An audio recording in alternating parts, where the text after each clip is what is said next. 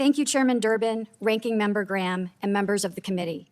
My name is Kristen Bride. I am a survivor parent and social media reform advocate and member of the Bipartisan Council for Responsible Social Media. I am testifying here today to bring a face to the harms occurring every day resulting from the unchecked power of the social media industry. This is my son, Carson Bride, with the beautiful blue eyes, an amazing smile, and great sense of humor, who will be forever 16 years old. As involved parents raising our two sons in Oregon, we thought that we were doing everything right. We waited until Carson was in 8th grade to give him his first cell phone, an old phone with no apps. We talked to our boys about online safety and the importance of never sending anything online that you wouldn't want your name and face next to on a billboard. Carson followed these guidelines, yet tragedy still struck our family.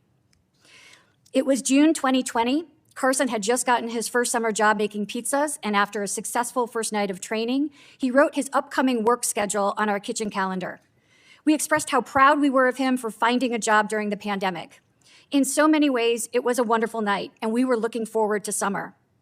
The next morning, I woke to the complete shock and horror that Carson had hung himself in our garage while we slept.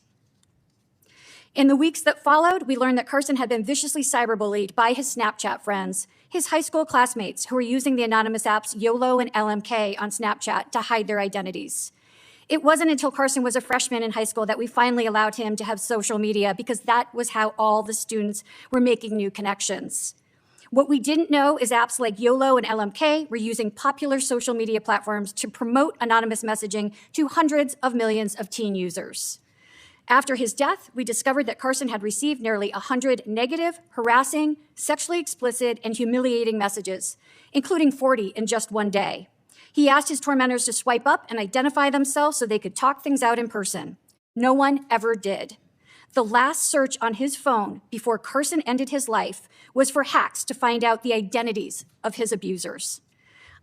Anonymous apps like Whisper, Sarhaha, and Yik Yak have a long history of enabling cyberbullying and leading to teen suicides. The critical flaws in these platforms are compounded by the fact that teens do not typically report being cyberbullied. They are too fearful that their phones, to which they are completely addicted, will be taken away, or that they will be labeled a snitch by their friends. YOLO's own policies stated that they would monitor for cyberbullying and reveal the identities of those who do so.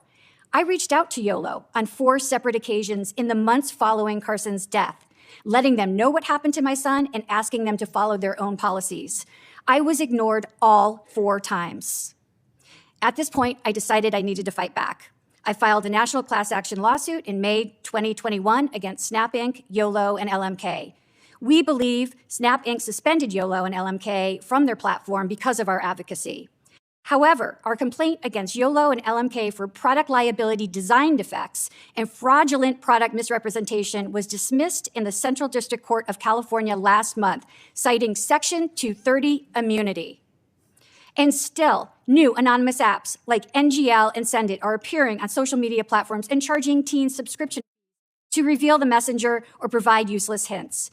I speak before you today with tremendous responsibility to represent the many other parents who have lost their children to social media harms. Our numbers continue to grow exponentially, with teen deaths from dangerous online challenges, sextortion, fentanyl-laced drugs, and eating disorders. Let us be clear. These are not coincidences, accidents, or unforeseen consequences. They are the direct result of products designed to hook and monetize America's children. It should not take grieving parents filing lawsuits to hold this industry accountable for their dangerous and addictive product designs. Federal legislation like the Kids Online Safety Act, KOSA, which requires social media companies to have a duty of care when designing their products for America's children, is long overdue. We need lawmakers to step up, put politics aside, and finally protect all children online. Thank you for this opportunity, and I look forward to answering your questions.